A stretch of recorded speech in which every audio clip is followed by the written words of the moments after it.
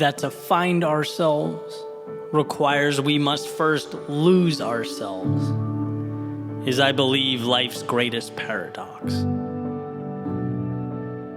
Leaving that carousel of comfort, the predictability of what we know, the certainty of who we believe ourselves to be, for a promise with no real guarantee of being kept, well, it's nothing short of irrational. Are the odds in our favor? Perhaps not. But by stepping off, by placing our bets on a different track with a different prize at a different time, we have increased those odds from 0 to, well, I guess we decide. And see, the world teaches us that it's advantageous to spin. A spinning carousel is predictable. It can't be cheated. There's very little room for loss or humiliation or setbacks or even life to get in the way. You know where you start and you know where you end, and that's just the thing. This spinning world is so easy that people don't want to leave. In fact, it's not until you walk away from the crowd that you even face the unknown. And that's precisely why it's so hard to walk alone. It's hard, it's challenging because of the now. Not because the now can't be measured or understood. No, we get it. But because there's this little whisper in the back of our heads that the now might go on and on and on forever, that check will never be cashed, the summit never reached. No, just footsteps down a perpetually long, windy road. And that's, when maybe, just maybe, we miss that carousel. We miss the safety and security. And that's what sometimes makes it such a stressful thing to walk alone. We think about all of ourselves, our mind, our heart we've left behind along the way. Truths we now have to face, things they never taught us on that carousel. We had to learn that we were wrong about who'd be by our side through it all. We could no longer hide behind the notion that when things got tough, someday everything would be there, would be the same. We learned to swim by jumping into the deep end, seeing in real time that people only believe what already exists, what's put in front of them, that ideas are empty, that a dream is a language only spoken by its creator. And if you want it to mean anything, you must dedicate your life to translating it. We learn how much is backwards, how much of life is reactive, that success is being one of the few who don't react, but build a world to react to.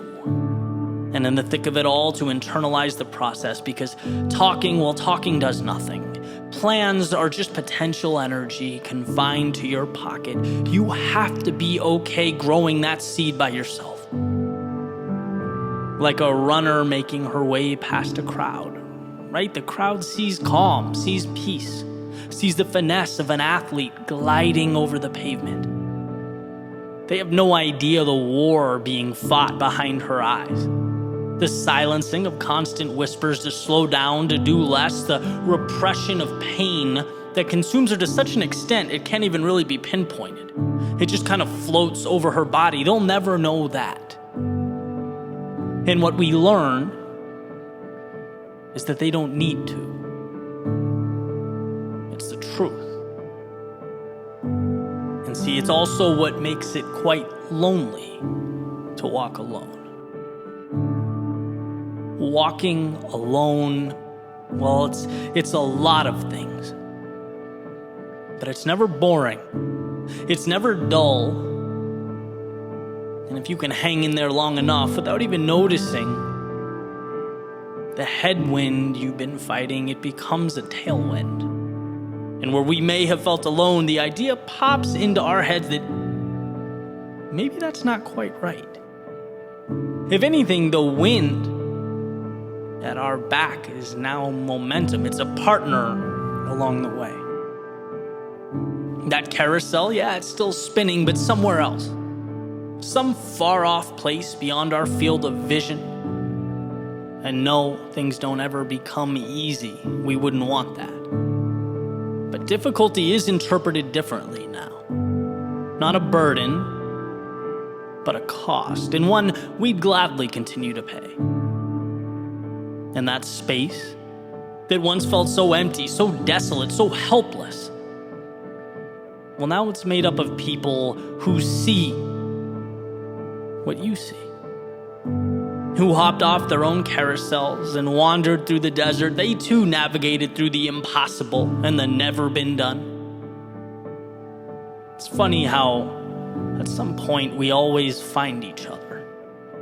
And I suppose now, having traded the carousels for the adventure, we can walk alone together. Us against the world, standing up in defiance of the odds, chasing that glimmer of hope. All in on a pursuit to find what most won't and see what most can't. Not because we were made different, but because we chased down the idea of different. It gets a tough rap walking alone. And in so many ways, it's a fight. It takes all of you. But you don't come out the same person you were when you stepped in. The same person you'd still be today had you stayed on that carousel. So if you are still spinning, step off.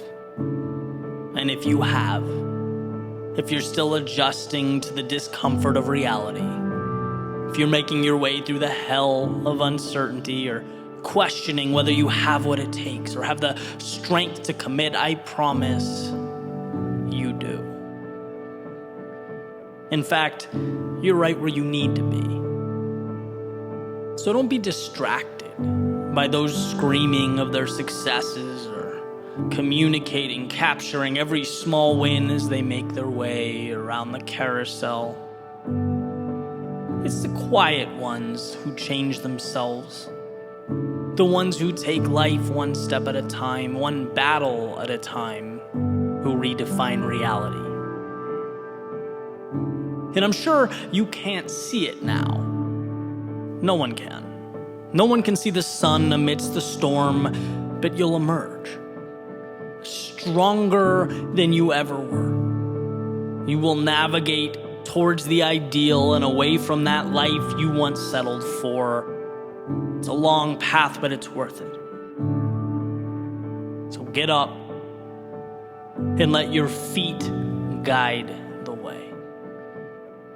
Let's go walk alone.